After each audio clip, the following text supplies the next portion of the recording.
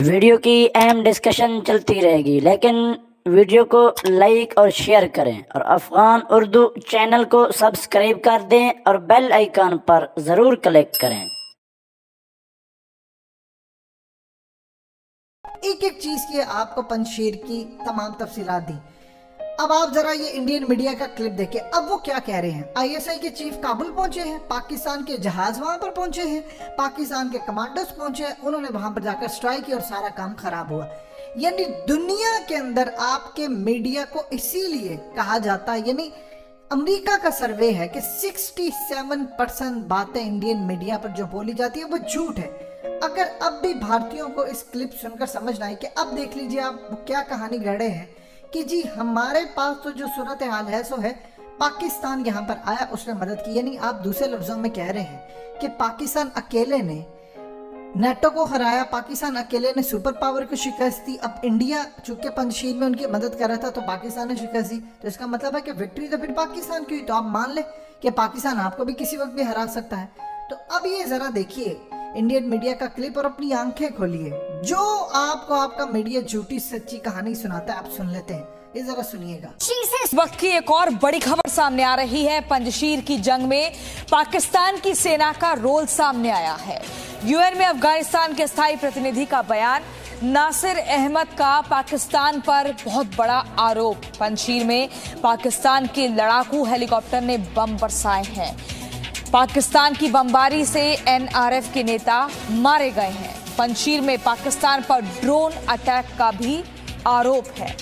शिवांग, जो मौजूदा स्थिति दिख रही है जिसमें सीधा तौर पर है कि पाकिस्तान लगातार तालिबानियों की मदद कर रहा है, चाहे फिर वो इमरान खान के बयान की बात हो या फैज हामिद जब वहां पर पहुंचे उसको लेकर भी अलग अलग कयास लगे, लेकिन जो मौजूदा स्थिति है जिसमें पंजशीर पर भी तालिबान की मदद की जा रही है पाकिस्तान द्वारा, इसको किस तरीके से समझा जाए और क्या कुछ आगे भविष्य में पाकिस्तान को फायदा हो सकता है? जी बिल्कुल प्रियंका, देखिए पाकिस्तान के आईएसआई चीफ जनरल फैज अब से 2 दिन पहले काबुल के अंदर मौजूद थे। ऐसा स्पष्ट रूप से बताया गया कि वो वहां पे तालिबान की सरकार के बीच में जो भी मतभेद थे, तालिबान की वहां पे सरकार वो बनवाने गए थे, जो भी हक्कानी ग्रुप के बीच में या फिर बरादर फैक्शन के बीच में जो भी वहां पर मतभेद थे।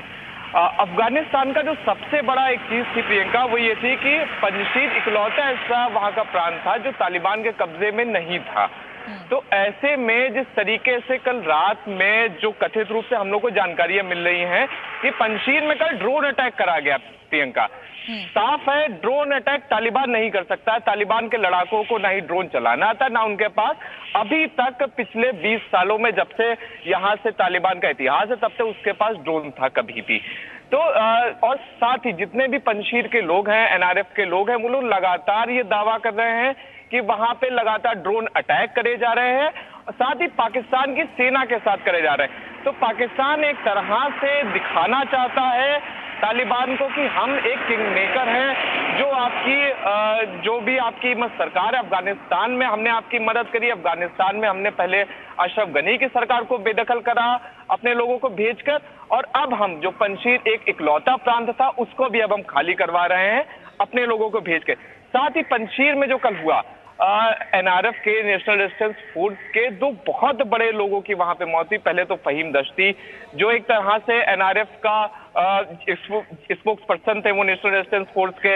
अहमद मसूद की जो भी बातें थी या फिर एनआरएफ के जो भी मुद्दे थे उसको पूरी दुनिया में वो पहुंचाते थे। साथ ही अहमद शाह मसूद के जो चचेरे भाई थे उनकी भी कल हत्या करी गई। और साथ ही आपको बताएं इन दोनों की हत्या लड़ाई में नहीं करी गई, इन दोनों की हत्या जिस जगह पे रहते थे वहां पर ड्रोन अटैक में करी गई है। साथ ही प्रियंका, अभी जो अपुष्ट खबरें आ रही है उसमें भी बताया गया है कि तकरीबन 300-400 लोगों की और वहां पे मौत हुई है इसी ड्रोन अटैक में। हालांकि अभी ये खबरें अभी कहीं से पुष्ट नहीं हो पाई। पंजशीर में पाकिस्तान ने भेजे लड़ाकू हेलीकॉप्टर।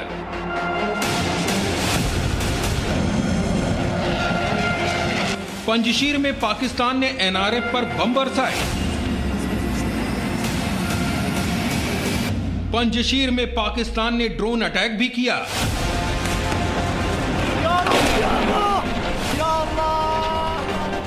तालिबान को नापाक मदद, इसीलिए बैकफुट पर पंजशीर। तालिबान को पाकिस्तान अफगानिस्तान में लंबे वक्त से मदद पहुंचा रहा है। पाकिस्तान की मदद से ही तालिबान का इतनी जल्दी पूरे अफगानिस्तान पर कब्जा हो गया, ये बात तो अब दुनिया जान चुकी है। लेकिन पंजशीर की लड़ाई में भी पाकिस्तान ने तालिबान को मदद पहुंचाई, वो भी अपने लड़ाकू हेलीकॉप्टर और ड्रोन से विरोधियों पर बम बरसाकर। ये संगीन आरोप हैरान करने वाला है। इनसे मिलिए, ये है नासिर अहमद अंदिशा, स्विट्जरलैंड में अफगानिस्तान के राजदूत और संयुक्त राष्ट्र में अफगानिस्तान के स्थायी प्रतिनिधि। इन्होंने पंजशीर को लेकर रविवार की देर रात एक चौंकाने वाला ट्वीट किया। इस ट्वीट में नासिर अहमद ने पाकिस्तान पर गंभीर आरोप लगाए कि पंजशीर की लड़ाई में पाकिस्तान की सेना ने तालिबान को हवाई मदद पहुंचाई।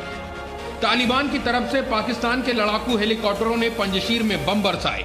पाकिस्तान की बमबारी के कारण ही तालिबान के खिलाफ लड़ाई लड़ने वाले कई प्रमुख नेता मारे गए। नासिर अहमद ने इसके बाद पाकिस्तान पर गुस्सा निकालते हुए अंत में ये भी लिखा कि बस अब बहुत हुआ, पाकिस्तान अपनी हरकतों से बाज आए। और सिर्फ नासिर ही नहीं, नासिर के अलावा अफगान मीडिया के हवाले से वहां के एक पूर्व सांसद के आरोप भी खूब चर्चा में रहे। अफगानिस्तान के पूर्व सांसद जिया अरियनजाद ने पाकिस्तान पर ट्वीट करके आरोप लगाया कि पंजशीर में पाकिस्तान की वायुसेना ने ड्रोन का भी इस्तेमाल किया। पाकिस्तान ने तालिबान की तरफ से पंजशीर में ड्रोन अटैक किया। ये अफगानिस्तान के दो वो बड़े नाम हैं जो अपनी हर बात तथ्यों के आधार पर कहते हैं। और अगर अफगानिस्तान के बड़े नाम पाकिस्तान को लेकर आज ऐसे दावे कर रहे हैं, तो इसके बाद पाकिस्तान को लेकर कुछ बातें बिल्कुल साफ हो रही हैं। पंजशीर जीतने के लिए पाकिस्तान ने वहां अपनी वायुसेना का इस्तेमाल किया। पाकिस्तान के लड़ाकू हेलीकॉप्टर और ड्रोन अटैक के कारण ही पंजशीर का गेम बदल गया। और पंजशीर में जो एनआरएफ कल तक तालिबान पर भारी थी, वो अब तेजी से जंग को हार रही है। वैसे शनिवार को अफगानिस्तान से खबर यह भी आई थी कि पाकिस्तान की खुफिया एजेंसी आईएसआई के चीफ हामिद फैज काबुल पहुंचे हैं। कहा जा रहा था कि वो यहां तालिबान के अंदर बनी खाई को पाटने आए हैं। लेकिन जिस तरह से अगले ही दिन पंजशीर में पाकिस्तान की वायुसेना के इस्तेमाल की खबरें आईं, उससे यह अंदेशा भी बढ़ गया कि कहीं बाजवा के इशारे पर इस हवाई हमले में आईएसआई चीफ हामिद फैज का हाथ तो नहीं। ये इसलिए भी संभव है क्योंकि पाकिस्तान तालिबान की हर चाल में बराबर का भागीदार है और इमरान अपने बयानों से भी तालिबान को लगातार समर्थन देते आए हैं। ज़हनी गुलामी की जंजीरें तोड़ना ज्यादा मुश्किल होता है। जो अभी अफगानिस्तान में गुलामी की जंजीरें तो तोड़ दी उन्होंने, लेकिन जो ज़हनी गुलामी की जंजीरें वो नहीं टूटती। तालिबान को पाकिस्तानी सेना की मदद पर यह खुलासा पहली बार हुआ है कि पीओके के हजारों आतंकी तालिबान की तरफ से अफगानिस्तान में लड़ाई करने गए हैं, जिसमें यही आतंकी जब काबुल से लौटे तो तालिबान की जीत का जश्न AK-47 की फायरिंग करके मनाया था। तो अब यहाँ पर भारत के नजरिए से समझने वाली बात क्या है? असल में पाकिस्तान की पूरी कोशिश है कि तालिबान को अफगानिस्तान में मदद पहुंचाने का फायदा उसे कश्मीर में मिले। तालिबान कह भी चुका है कि वो कश्मीर के मुसलमानों की आवाज उठाएगा, यानी इस बात का खतरा बढ़ गया है कि आने वाले दिनों में पाकिस्तान और तालिबान मिलकर भारत के खिलाफ कोई बड़ी साजिश रचे। और इसीलिए हिंदुस्तान को इन दोनों से ही अब और अधिक सावधान रहने की जरूरत है।